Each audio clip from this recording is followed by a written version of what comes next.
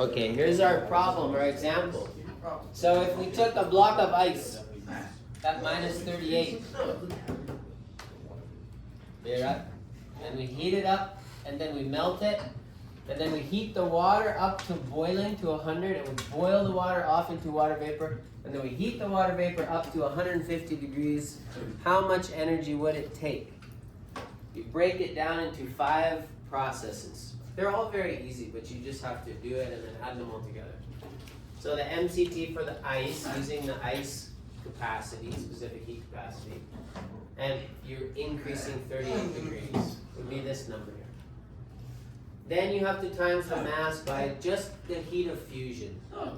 You only have to do that once. It's just the energy it takes to boil. During this process, is the temperature increasing? Yes. No. Tell me why. I don't know. What is the temperature here? 0. 0 degrees. So you bring the ice up to 0, but it doesn't melt. It actually takes more energy to go through the process of melting.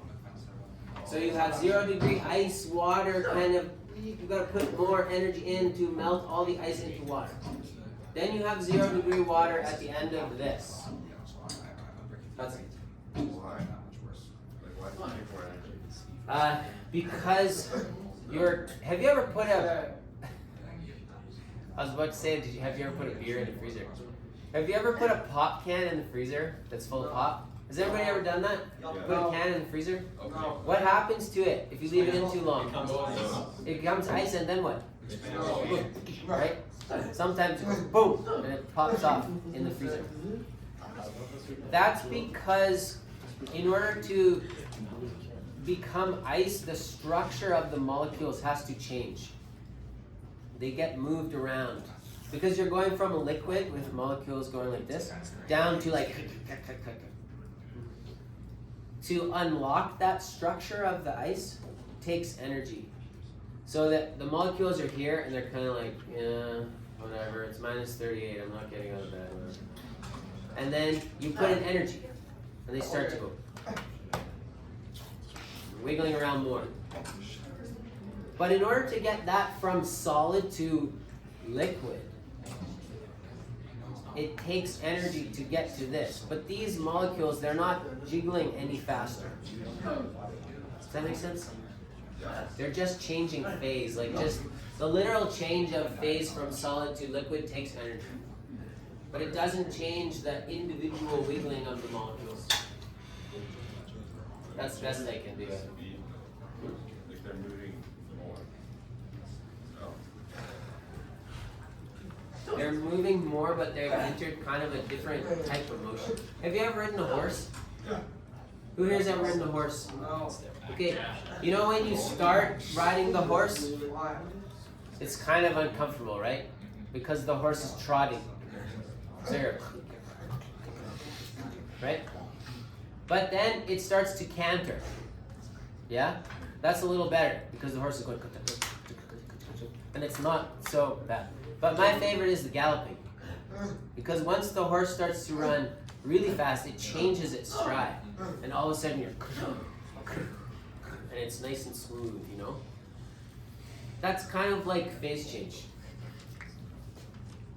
I don't know, it's the best I can do. So this is like trotting, and then it takes energy to go into a canter. This is cantering, you get faster, and then it takes energy to go from cantering to galloping. And you can gallop as fast as you want if you have a fast horse. Yes, Anya? This 38? Yeah, that's the delta T. So we've gone from minus 38 up to 0. So it's an increase of 38. Okay, and so this is the melting energy, and then this is to heat the water from 0 to 100. Then this energy is just boiling the water, so it's just going from liquid water to water vapor.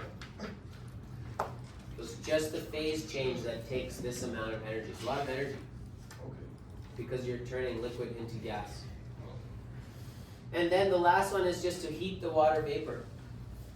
You need this much energy to heat the water vapor from 100 up to 150. And if you add them all together, you get somewhere around 1.72. What did you say you got? You got 1.73? I got 1.78. No, you're a lazy rounder. I don't know, or maybe not as lazy, I don't know. Who got somewhere around 1.7, 1.8 times 10 to the 8? Okay, that's good. Who got something totally different? Okay, good. You're all fine. Now, if I ask you on your test, what if I ask you the reverse? What if I say you start with water vapor and you go down to ice? Yusuf. You change the delta T to minus. Okay, good. And our end result, is it going to be positive or negative? Negative. It's going to be negative, and what does that mean? Negative energy. You can't have negative Losing energy. James, say that again. You're losing energy. Kinda. In this process, we had to put energy in. Yes? Here we had to put energy in to get up to here. If I let it come back down, we get energy out. So I might ask you, what happens to the energy if you let something cool this amount? Well, then you're going to get that much energy out. And that's going to go into something in the surroundings or whatever. You understand? Kind of, sort of? Okay. Right now is review time. I'll post these